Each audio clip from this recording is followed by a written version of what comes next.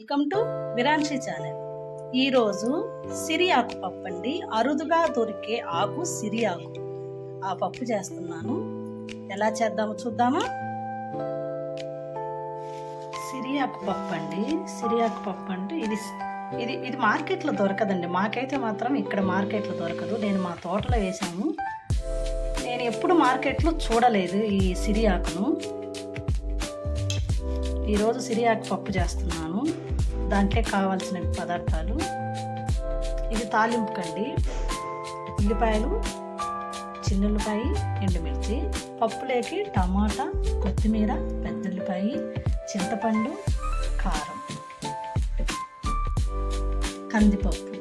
ఈ కందిపప్పుని ముందుగా కొద్దిగా వేయిద్దామండి.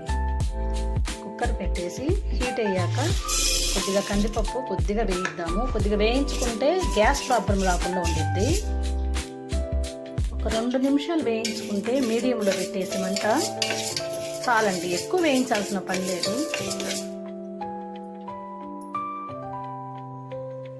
కందిపప్పు కొద్దిగా వేగాయి కదా, బాగా కడుక్కొని పొయ్యి మీద పెట్టుకుందాం. నీళ్ళు వంపేసి ఉన్నాం కదా, వాటిలో కొద్దిగా వాటర్ పోసేసి మీడియం సైజులో మంట పెట్టుకున్నాము. కొద్దిగా పసుపు, కట్ చేసి పెట్టుకున్న ఉల్లిపాయ, టమాటా, చింతపండు,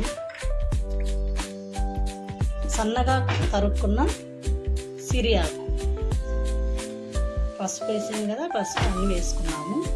ఇప్పుడు కుక్కర్ మూత పెట్టేసేసి కారం మళ్ళీ వేసుకుందాం. తర్వాత ఇప్పుడే వేసుకోకూడదు, తర్వాత వేసుకున్నాము. ఇప్పుడు మూత పెట్టేసేసి 3 విజిల్లు రానిద్దాం.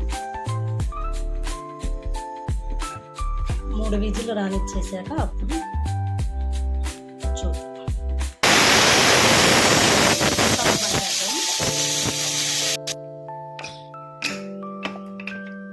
పప్పు ఉడికిపోయింది.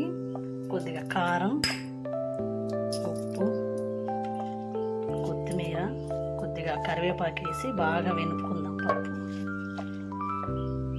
పప్పు బాగా వెనుపుకున్నాక ఇంకా తాలింపు వేసుకుందాము. బాండీ పెట్టుకొని హీట్ ఎక్కాక 2 స్పూన్లు ఆయిల్ వేసుకొని ఎండుమిర్చి, చిన్నుల్లిపాయ, తాలింపు వేసుకున్నాము. అవి వేగాక ఉల్లిపాయ, కరివేపాకు దోరగా వేయించాలి. తాలింపు దోరగా వేగిందండి. ఇది పప్పులో వేసుకుందాం. ఇప్పుడు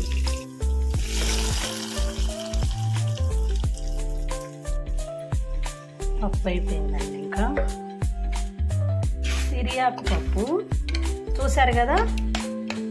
ఒకసారి మీరు కూడా ట్రై చేసి ఎలా ఉందో కామెంట్ పెట్టండి. ముందుగా మా ఛానల్ను సబ్స్క్రైబ్ చేసి ఒక లైక్ కొట్టండి.